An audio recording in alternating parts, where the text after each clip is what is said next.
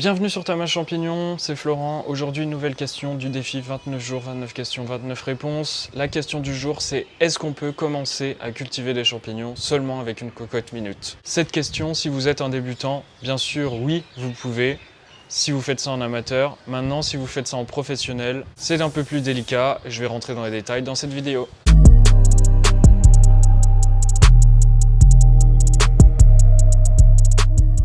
Cultiver des champignons seulement avec une cocotte minute, c'est possible, bien sûr, ça dépend ce que vous faites avec. Si c'est juste pour faire votre mycélium, il n'y a pas de souci de faire votre mycélium avec une cocotte minute. Il y a des cocottes minutes jusqu'à 20 litres qui s'achètent facilement, vous pourrez faire une bonne quantité de mycélium avec ça. Si c'est pour stériliser votre substrat, par contre, dans les cocottes minutes sur le marché en France, vous mettez 1 voire 2 sacs maximum. Il faut une stérilisation d'environ 2h30. Ce qui fait que si vous voulez produire du champignon commercialement, ça va être très vite limité.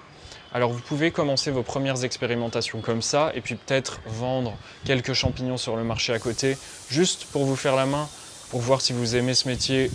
Ça peut être très bien pour commencer, mais ensuite vraiment, votre système de stérilisation ou de pasteurisation, c'est un facteur limitant pour la production de champignons.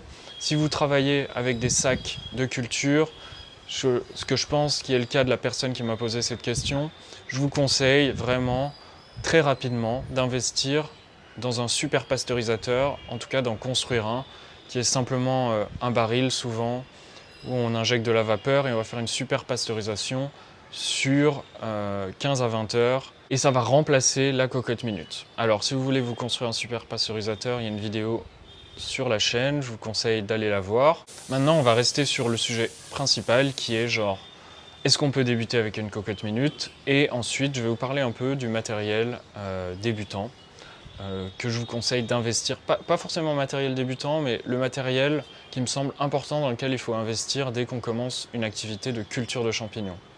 Alors déjà, moi je vais vous parler un peu de comment j'ai procédé. Tout simplement, j'ai commencé à stériliser mes sacs de culture dans une cocotte minute.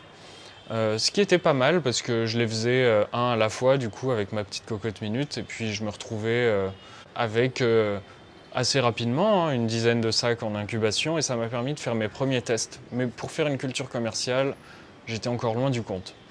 Donc ensuite, j'ai très vite essayé de construire un super pasteurisateur. Ça prend du temps, il faut arriver à comprendre comment ça fonctionne, être un peu bricoleur. Donc j'ai vite construit un super pasteurisateur, ça m'a permis de stériliser une vingtaine de sacs en même temps, et du coup très vite augmenter en niveau et en quantité de production, et du coup de pouvoir commencer une activité commerciale. Dans tous les cas, si vous commencez votre activité commerciale, il y a du matériel que je vous conseille dans lequel investir. Si vous travaillez avec des sacs de culture, déjà le pasteurisateur c'est hyper important. C'est un des trucs les premiers que vous devez construire. Ensuite, pour l'inoculation, pas du tout obligé de partir sur la haute affluent laminaire tout de suite. C'est très pratique pour ce genre de technique, mais c'est pas du tout indispensable. Vous pouvez travailler avec un système comme le SAB, la Steel Airbox. Il y a aussi une vidéo sur la chaîne qui explique ce que c'est. Un thermoseller, ça peut être très intéressant quand vous travaillez avec des sacs. Ça va vous faire gagner beaucoup de temps. Donc ça peut être un bon investissement. C'est pas forcément celui qui est le plus cher dans les investissements.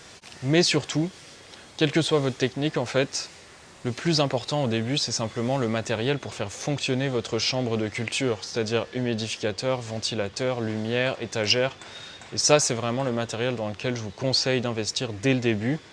Ensuite, vous pourrez acheter du matériel un peu stylé pour améliorer votre processus, pour que ce soit plus rapide, pour améliorer le confort. Mais commencez par la base, donc faire pousser vos champignons dans votre chambre de culture. Donc ventilateur, extracteur, humidificateur, LED et les étagères surtout. Donc construisez des étagères, achetez-les comme vous voulez. C'est vraiment ça que je vous conseille. Et c'est pareil si vous cultivez 100 sacs sur paille, dans des seaux ou quoi que ce soit.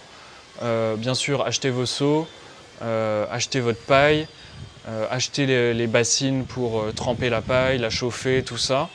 Mais ensuite, investissez dans le matériel pour cultiver vos champignons. C'est ce qui me semble le plus important au début quand on commence. J'ai fait le tour de cette question. S'il y a d'autres questions en rapport avec ce sujet qui vous viennent, n'hésitez pas à les rajouter en commentaire, je me ferai un plaisir d'y répondre. Abonnez-vous, likez cette vidéo et je vous dis à très bientôt sur Tamas Champignon.